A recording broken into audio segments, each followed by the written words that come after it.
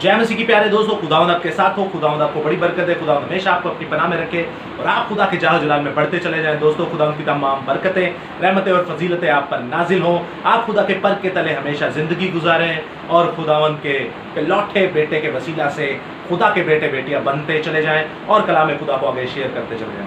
दोस्तों, आज हम देखेंगे कि पिछले दिनों में हमने हालेलुया लफ्ज़ सीखा कि वो एक आसमानी लफ्ज़ है।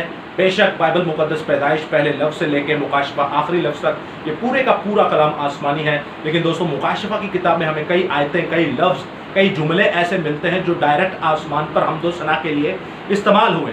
उनमें से एक लफ्ज़ था हालेलुया। दूसरा लफ्ज़ हम सीखेंगे आने वाले वक्तों में दुआ का पोस्चर, कि हमें किस स्टाइल से दुआ करनी चाहिए, हमारा जिस्मानी पोस्चर क्या होना चाहिए।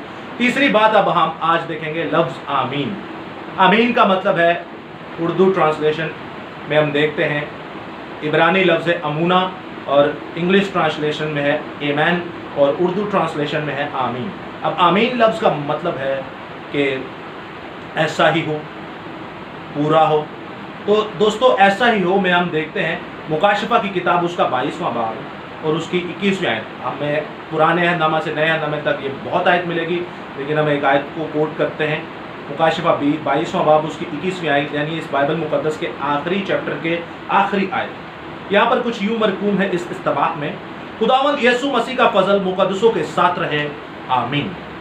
दोस्तों, ये खुदावंद यीशु मसीह के इस आयत को शो करता है कि खुदावंद यीशु मसीह खुद खुदा भी है। हम ये नहीं कहते हैं कि खुदा तीन है, लेकिन हम ये कहते हैं कि खुदा एक है, लेकिन उसकी शख्सियात, उसके अनाकीम तीन है।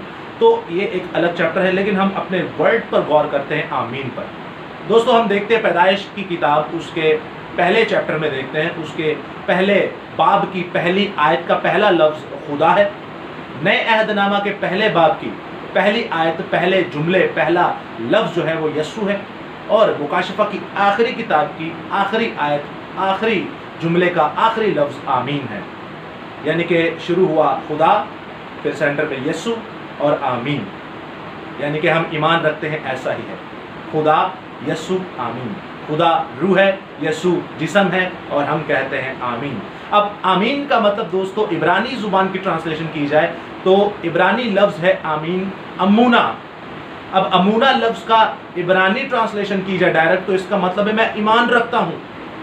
मैं ईमान रखता हूँ कि खुदा यस्सु, और मैं ईमान रखता हूँ कि खुदा यस्सु है। मिसाल के तौर पे खुदा रूह है और यस्सु जिस्म है।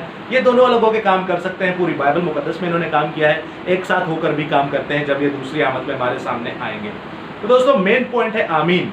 आमीन का मतलब है ऐसा ही हो, हम इसको मानते हैं। और इब्रानी मतन से, अमूना से अगर इसको जोड़ा जाए ओरिजिनल मतन से, तो अमूना लफ्ज़ का मतलब है मैं ईमान रखता हूँ। इस लफ्ज़ की क्वालिटी और ज़्यादा स्ट्रॉन्ग हो जाती है, इस लफ्ज़ की क्वालिटी और ज़्यादा बाबरकत हो जाती है। अब आप याद रखिएगा कि आमीन लफ्ज़ का मतलब है मैं ईमान रखता हूँ। हम दुआ करते हैं, दुआ के आखिर में खुदा बाप, खुदा बेटे और यीशु मसीह तीनों के जिक्र के आखिर में हम कहते हैं कि यीशु मसीह के फजल से, यीशु मसीह के वसीला से मांगते हैं और हम कहते हैं आमीन। आमीन का मतलब है जी हाँ, ऐसा ही हो, और ईमान रखते हैं, हम ईमान रखते हैं कि ऐसा ही हो।